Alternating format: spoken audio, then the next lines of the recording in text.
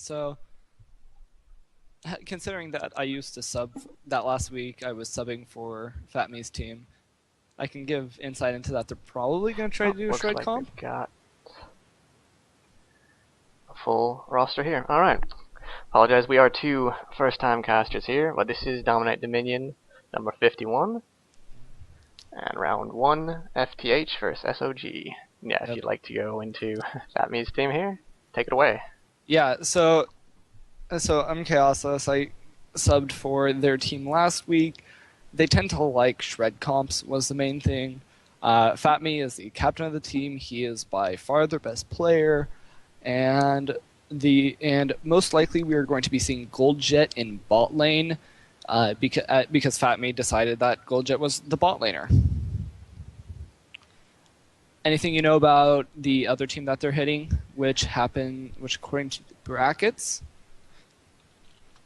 is, let's see. So this is Summoners of Gaming that we are seeing in the right-hand side. You know anything about any of these players? I don't recognize any of them. No, I believe they're a relatively new team. I've been out of the Dominion scene for just a couple months. I was team captain of Blind Pick Bandits if you've been around DD for a while. This is zimike in case the Mad Supportal didn't quite catch on for you. So it looks like FatMii's an up-and-coming team, and we've got a rising team that at least wasn't around 2 months ago. Challenging them, we've got one Plat Cup showing, maybe a SR tree line player sitting around.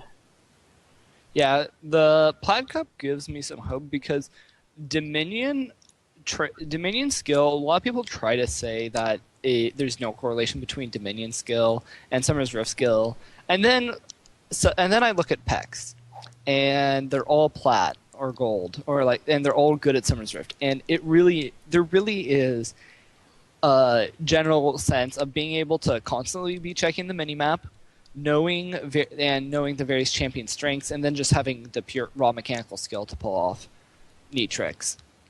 Yeah, there's definitely an overlap in the skill sets between the two modes. There's enough overlap that even though this team is new, seeing that they've got those plats is going to show a lot of potential for them.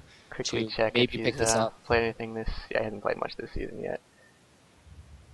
Well, we'll see how this shakes out. Oh, we've got bans incoming on chat. Let's get back on topic here. We've got FatMii banning Kha'Zix, Tyrannicious banning Teemo. Yeah. Another Jayce ban coming. Yep. Not a big surprise there. Jayce. So let's just go through the ban so far.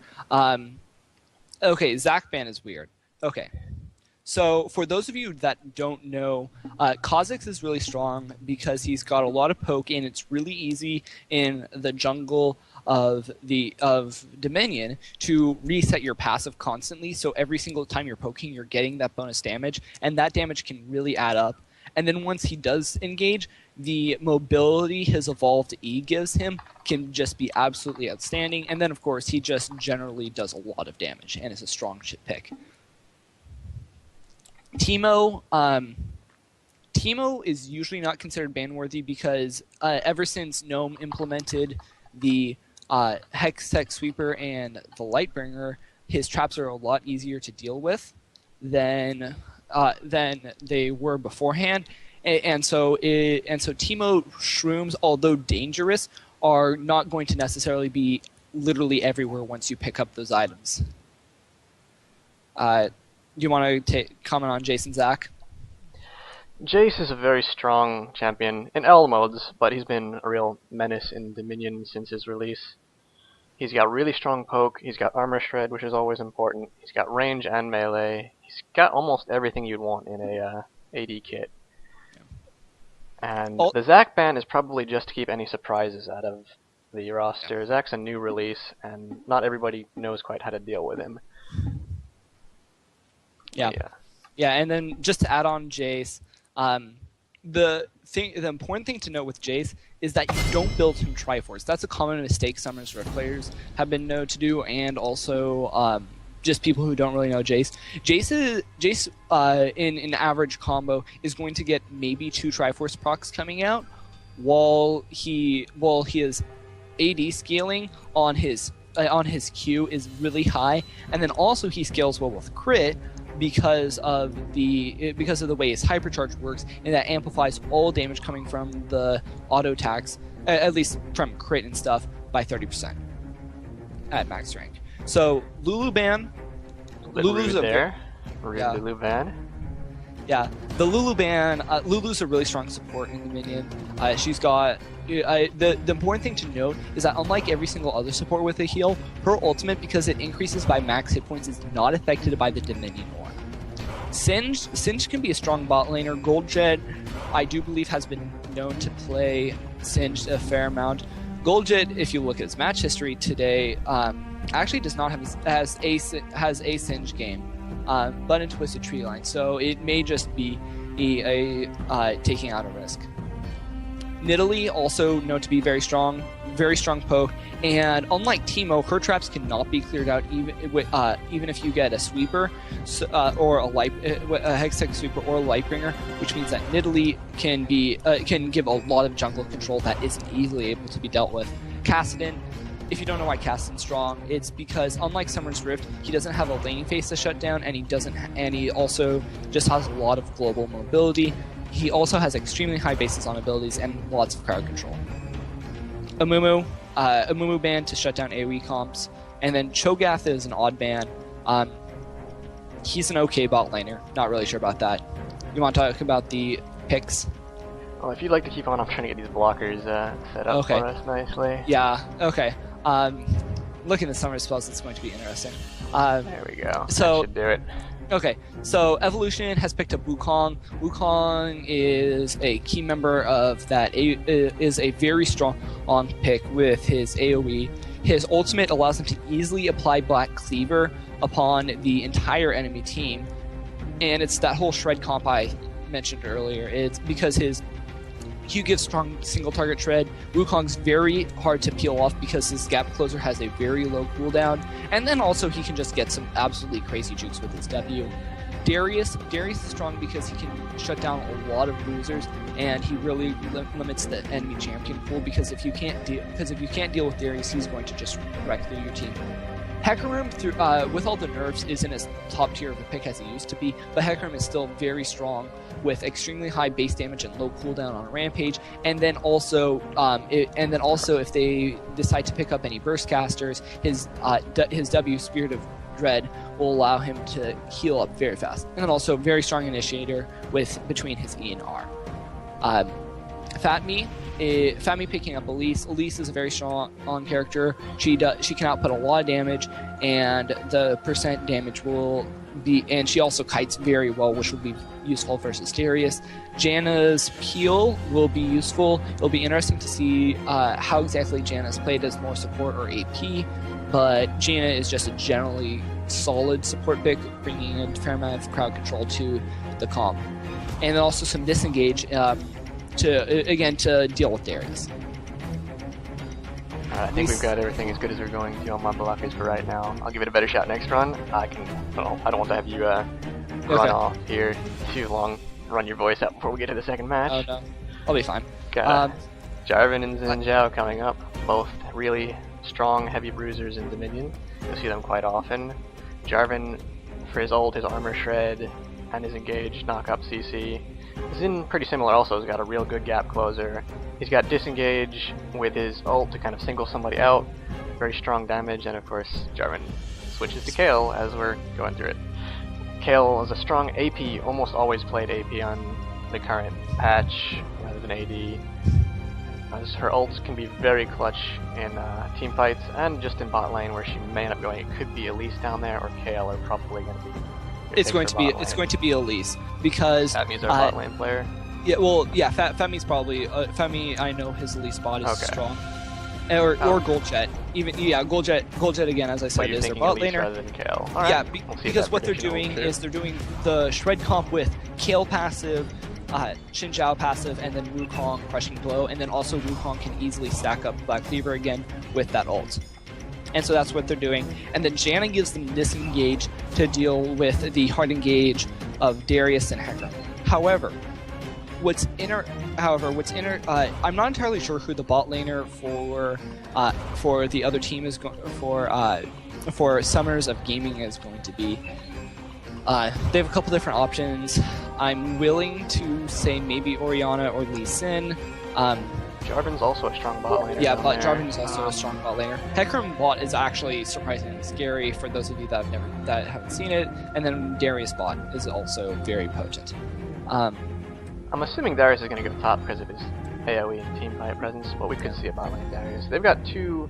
Jarvan's probably their strongest standard bot laner, but if you remember back in the day, Necrogen actually used to play Orianna bot lane pretty frequently, so we'll see if that ends up down there. Yeah. Are we allowed to comment on the summoner? Are we allowed to comment on the since we're in delay, I do believe that we should be able to take these blockers that I failed miserably putting up there. Okay. Yeah. The thing to note with Summers of Gaming's team comp is it's very much an AoE team comp. I'm actually willing to bet it's going to be Lee-Sin bottom because the Darius Hecarim, because Jarvan plus Orianna ults can be extremely scary, and even with all the shred coming out of FatMii's team, it is very much possible that that they have a team fight comp, but it's very possible that Summers of Gaming is just going to be able to out-team fight them. What we're going to be seeing a lot in this matchup is both teams are going to want to go for big 4v4 engages, ideally off point. However, both teams have enough initiation to also just dive people. I'm gonna cut you off here just quick before we head into our minute 30 left on delay.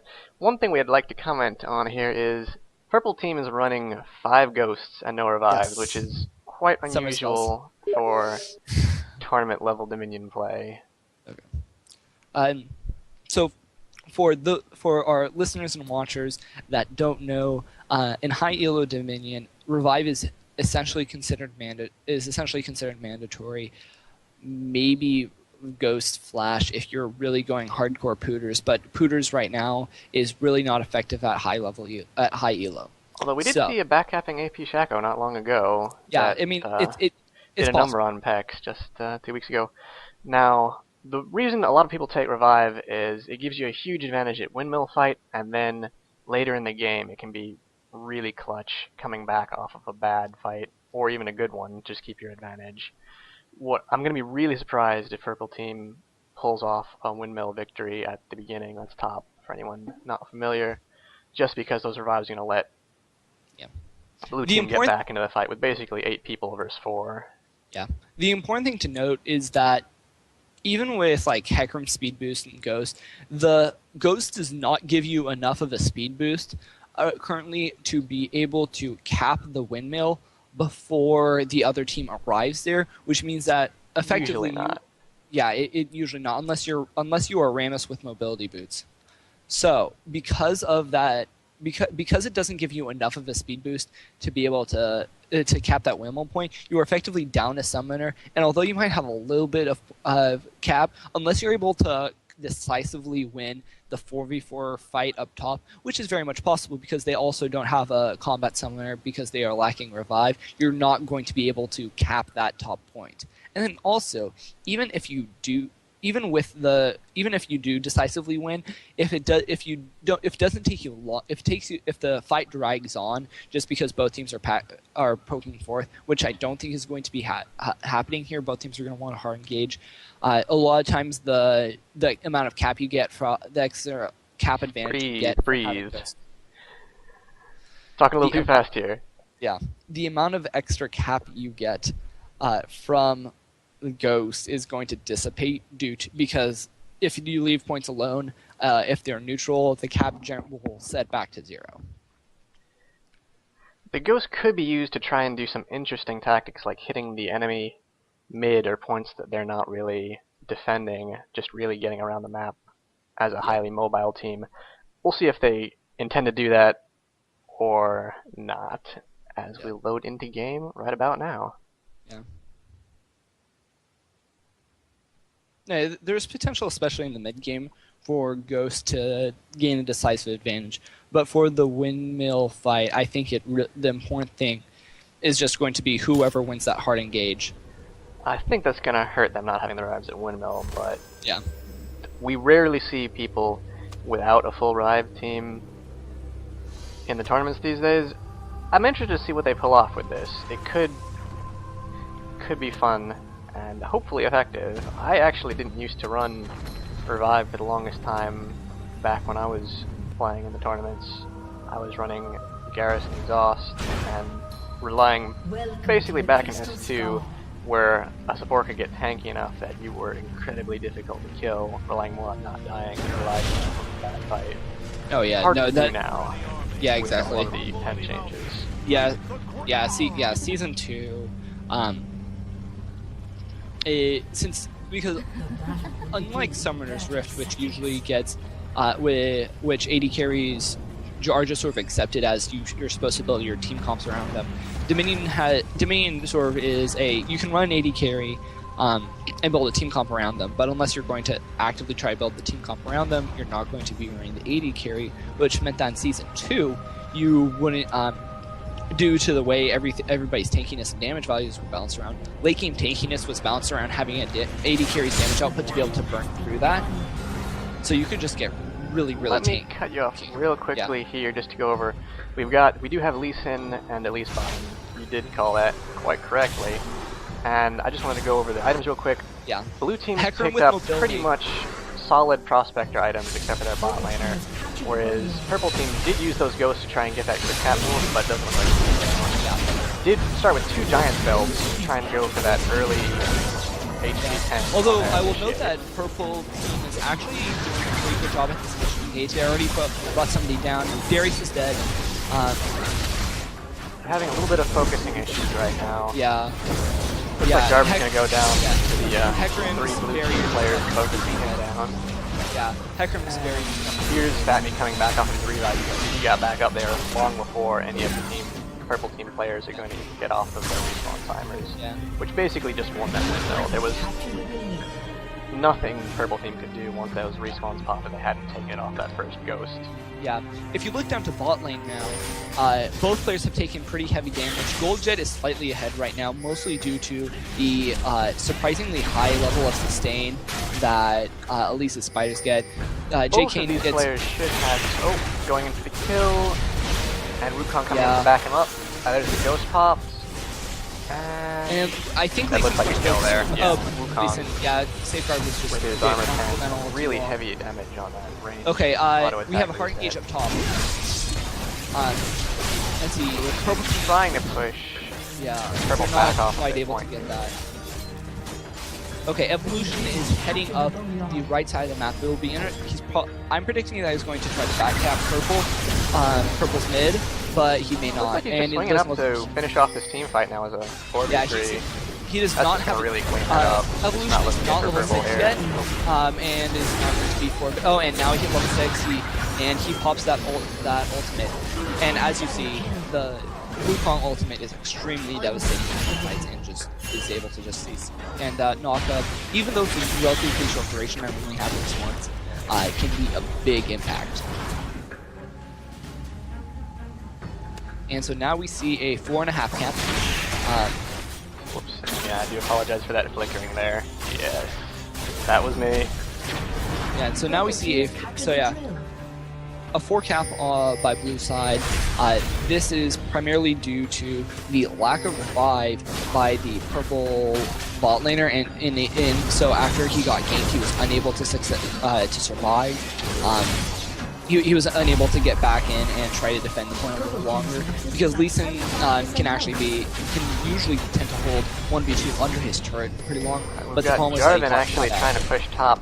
Thinks he's alone, but it looks like blue team Evolution and FatMii are going to come up right behind him. Let me just there's a team fight, massive team fight going on bottom. Yeah, bottom 3. Orianna gets off a very nice ultimate as FatMii cleans up top. But purple will take their bot point back here, it looks. Purple's going to have a hard time points for an extended period of time because they do not have a single garrison on the entire team.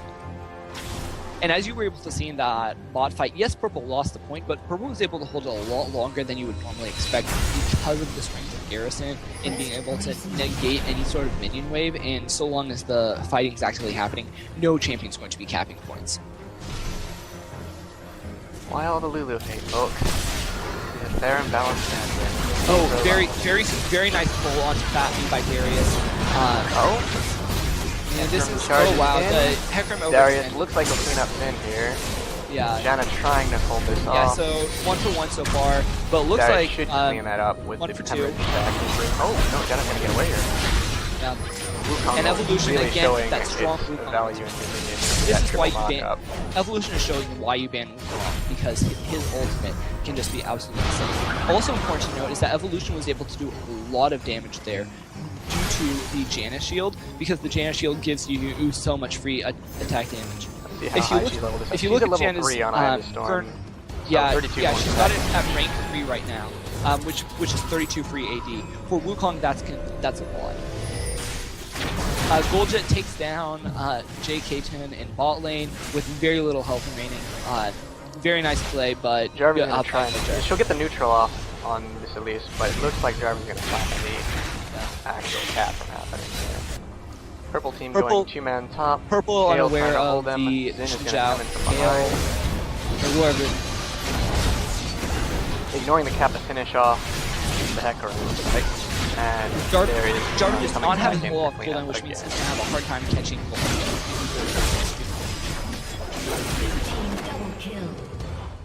Looks like Evolution's going to go back to cap that point. Oh, FatMii. And let's just go roam the jungle. Another reason Wukong really shines in these matches is, in addition to his real strong AoE team damage ult, he's also got that R shred, which is just so important for teams that have other AoEs. And his crushing blow is already at 5. He was max level that. That's a 30% shred. Purple team's nexus is at 50% health. Jarvan overextending a little bit in bot lane. Yeah, this is not looking good for Purple team. Now, I realize that kills are not everything in the minion. However, kills can be very important because 100 gold can There's add up. intervention doing quite a good job of keeping Elise alive while she finishes off Lee-Sin on J.K. playing. Yeah, blue team with the purple caps is. Wait, or blue Again, team. apologies for the little stream quirks. This is my first one, so do please continue to let me know how I can make this look a little bit more presentable. Hecarim charging through the enemy team. And, coming back in. Hecarim so far has not been able to land the Terrify effectively. Kayle is getting away. Well, it'll be interesting to see if she's able to Kayle. She's going to pick up the health relative to to Kayle a bit longer. Yeah, Elise and Lee-Sin, nothing really is happening. They're just sort of going back and forth. Oh, look Kayle at the damage able to take this down Wukong Hecarim, is putting out on nice, that Orianna. with the assistance of Janna. Just a couple auto attacks takes her from 100 to 0, including that reset on his Q. Yeah. Jarvan using his flag combo to get away. Looks like Evolution doesn't let him. Yeah. Two-man bottom against Elise again. Yeah, if you take a second to look at the builds down bottom, Evolution's getting that Black Cleaver because Wukong with his ultimate can apply Black Cleaver very, very fast. And against the whole shred comp. FatMii on Zhao with the Ghost Blade. Ghost Blade is good on him because it gives him a lot of free attack speed during the active. The 20 passive R-Pen flat is actually quite effective on him as well. Yeah, it's just a lot of people ignore Ghost that. Blade's a very strong offensive melee auto attacker. Kayle chasing down Orianna. Crystal looking like she doesn't want to fight here.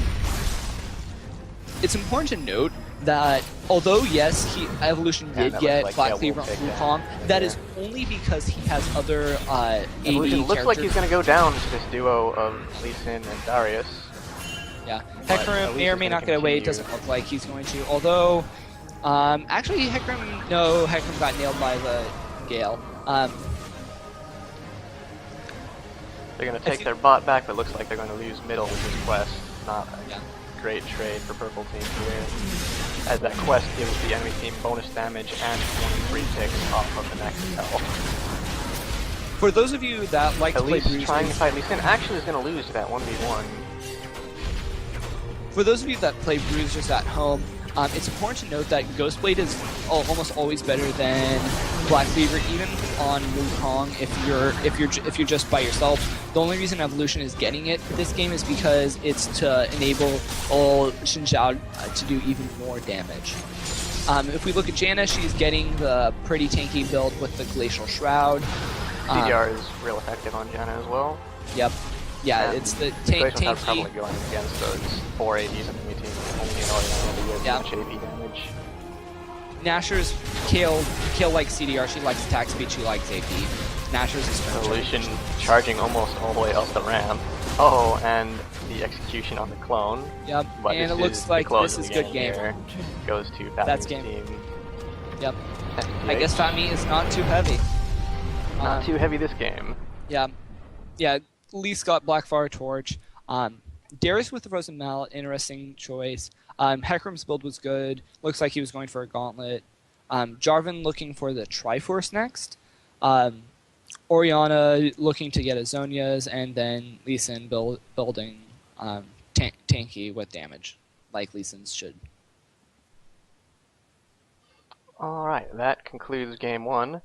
Now, while we're waiting to figure out which 2 teams will be streaming next, I would like everybody to kind of input in the stream if the sound is too high, any levels or little fixes I can do to make this better for y'all. Yeah.